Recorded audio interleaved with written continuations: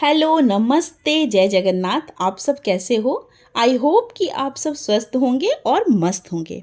आज छठ का सुबह का अर्घ था। उम्मीद है आप सब ने छठ पर्व को बहुत अच्छे से एंजॉय किया होगा।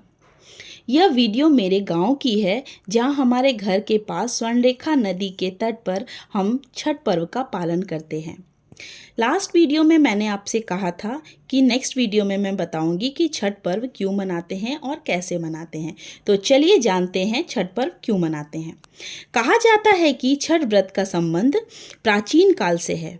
पौराणिक मान्यताओं के अनुसार त्रेता युग में भगवान श्री राम और माता सीता ने अयोध्या लौटने के बाद सूर्य देव की उपासना की थी। वहीं द्वापर युग में भी छठ व्रत का विशेष महत्व रहा है। मान्यता है कि जब पांडव कठिन समय से गुजर रहे थे, तब द्रौपदी ने छठ व्रत रखकर सूर्य देव से अपने परिवार के कल्याण की प्रार्थना की थी। उनकी भक्ति और श्रद्धा से प्रसन्न होकर सूर्य देव ने पांडवों को शक्ति और समृद्धि का आशीर्वाद दिया। दूसरी ओर दानवीर कर्ण को सूर्य उपासना का प्रथम साधक माना जाता है। वह प्रतिदिन प्रातःकाल नदी में स्नान कर सूर्य देव को अर्घ अर्पित करते थे। उनकी इस दिनचर्या से ही सूर्य पूजा की परंपरा स्थापित हुई और आज भी छठ पर्व के रूप में श्रद्धा से निभाई जाती है। इसके अलावा छठ की कथा राजा प्रियव्रत और रानी मालिनी से संबंधित है। कहा जाता है कि राजा प्रियव्रत की कोई संतान नहीं थी, जिससे वे बहुत दुखी थे। संतान प्राप्ति के लिए उन्होंने अपनी पत्नी के साथ महर्षि कश्यप के मार्गदर्शन में यज्ञ किया।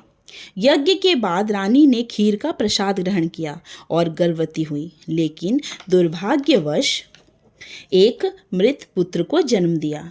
इस सुख से व्याकुल होकर राजा प्रियव्रत ने अपने जीवन का अंत करने का निश्चय किया।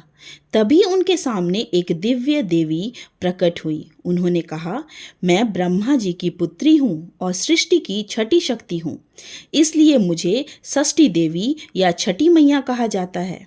देवी ने राजा से कहा कि यदि वे उनकी आराधना करेंगे और दूसरों को भी इसके लिए प्रेरित करेंगे तो उन्हें संतान सुख अवश्य मिलेगा। राजा प्रियव्रत ने कार्तिक माह की शुक्ल पक्ष की षष्ठी तिथि को देवी षष्ठी की विधिवत पूजा की। परिणाम स्वरूप उन्हें एक पुत्र की प्राप्ति हुई। तभी से इस दिन छठी मैया की पूजा करने की परंपरा शुरू हुई।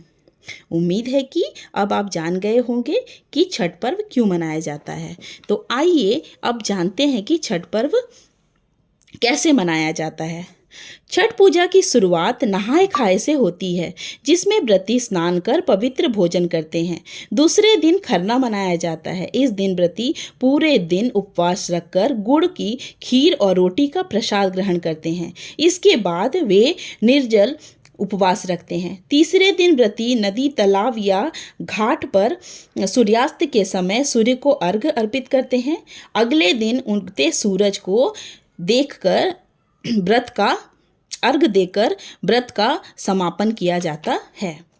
आई होप कि अब आप जान गए होंगे कि छठ व्रत क्यों मनाया जाता है और कैसे मनाया जाता है। ऐसी ही और वीडियो के लिए मेरे पेज को फॉलो करें और मेरे चैनल को सब्सक्राइब करें। Thank you.